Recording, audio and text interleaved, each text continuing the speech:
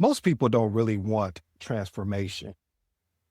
They want benefits of transformation. They want promotion without the development. They want certification without the study, the healthy body, well, without the discipline, the successful project without the difficult conversation. And that's the trap because transformation requires participation. Someone can want the results, but until they're willing to participate in the progress, they're not really buying transformation. They are buying hope.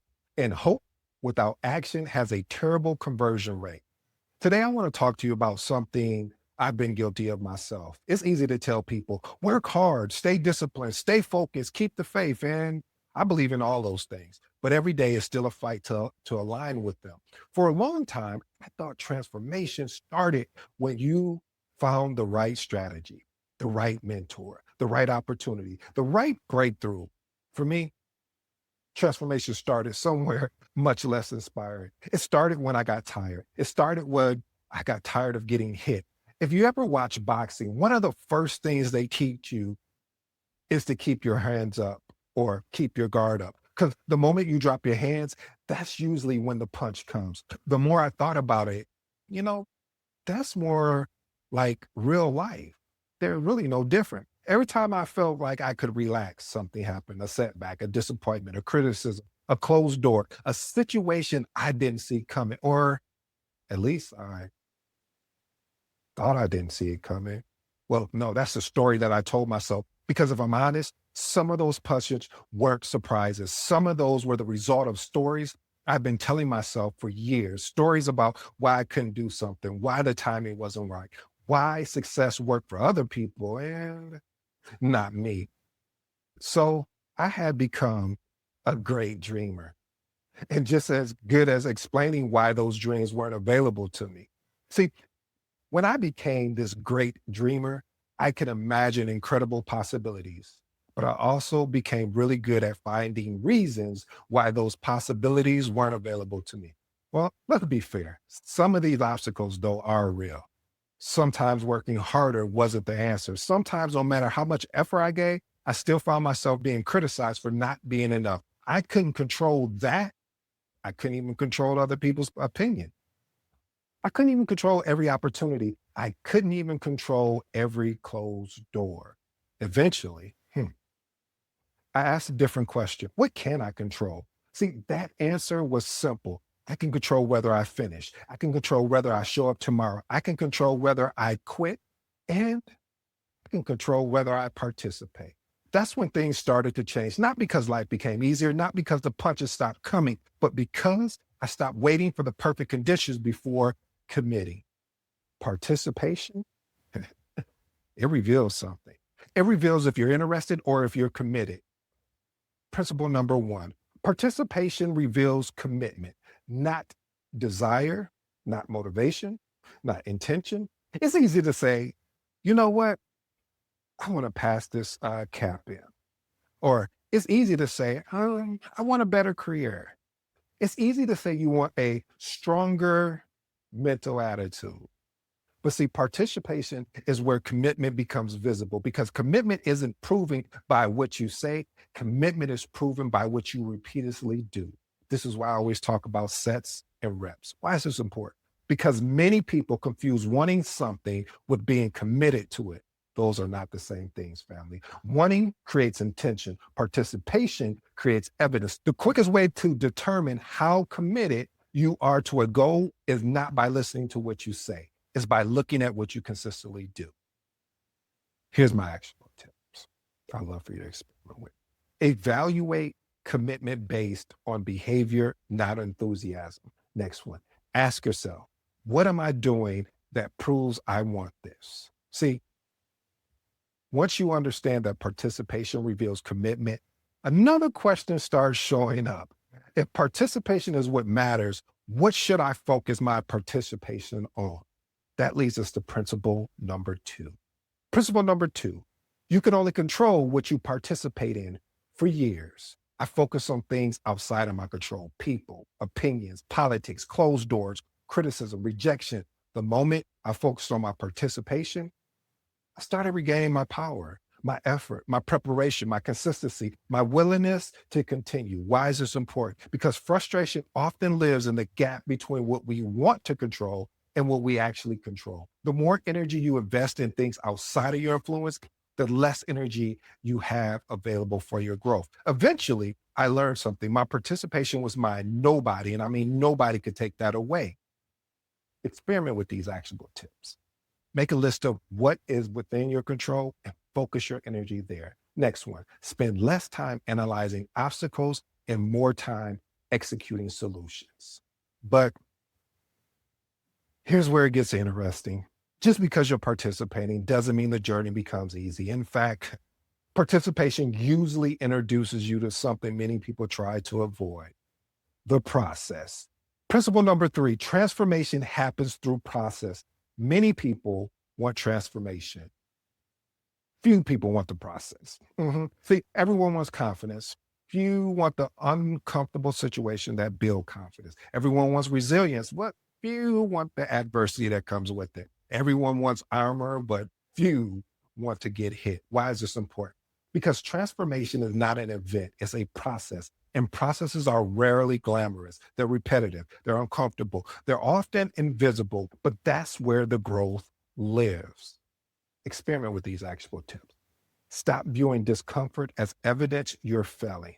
Next one, focus on becoming the person capable of achieving the outcome. Now, when you're in this process, something else starts happening. Doors begin to close, opportunities disappear, plans change.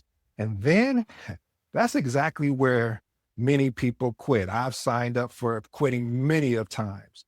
But that brings us to principle number 4. Closed doors are often a redirection. Ooh, I like this. This is about to get good, family. See, I used to think every closed door was a rejection.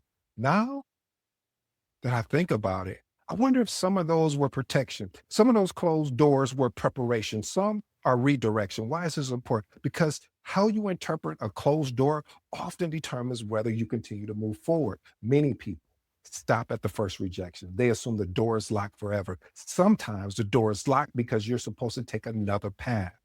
Experiment with these actionable tips. Ask what the situation is teaching you. Next one, look for alternative paths instead of forcing one path.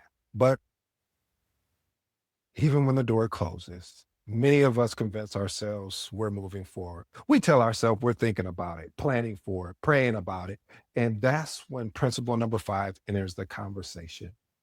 Principle number 5, hope is not participation. Hope matters, family. Hope gets you started. Hope keeps you believing, but hope alone doesn't create change. Why is this important?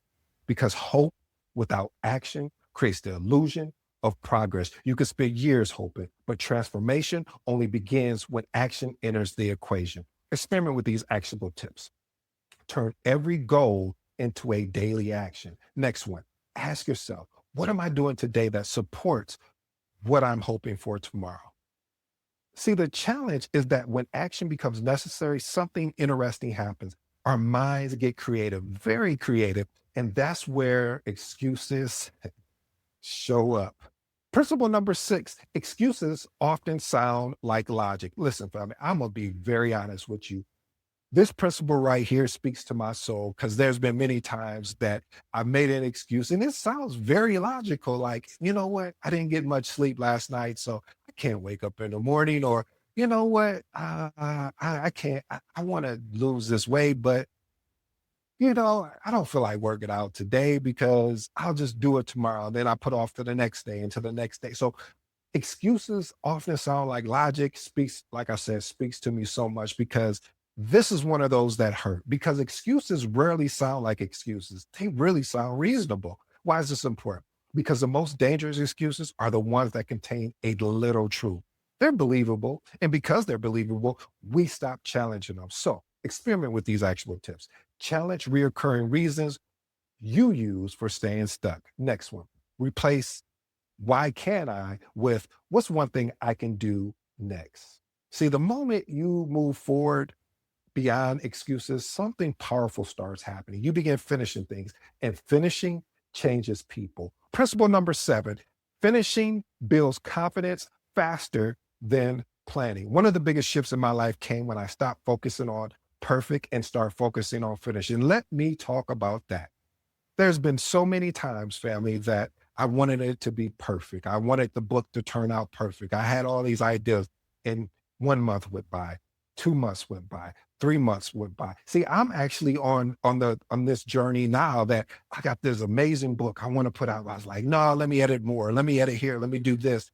And I realized something when I was actually creating this episode, and I said, we just need to get it out because it's not going to be perfect. I'm always going to find something. So, why is this important? Because confidence isn't built through thinking, confidence is built through evidence. Every promise you keep to yourself actually becomes proof. Proof to me is finishing. Finishing is key in getting this book done, finishing and getting the CAPM course done, finishing and getting, one on one coaching and group coaching done. So, these are key things for me that I have to get done, but you can only get it done by actually finishing. So experiment with these actionable tips. Lower the size of the goal if necessary, but that is the key word here. You must finish it. Next one, track completed commitments. I love that one, family. I'm going to say it again.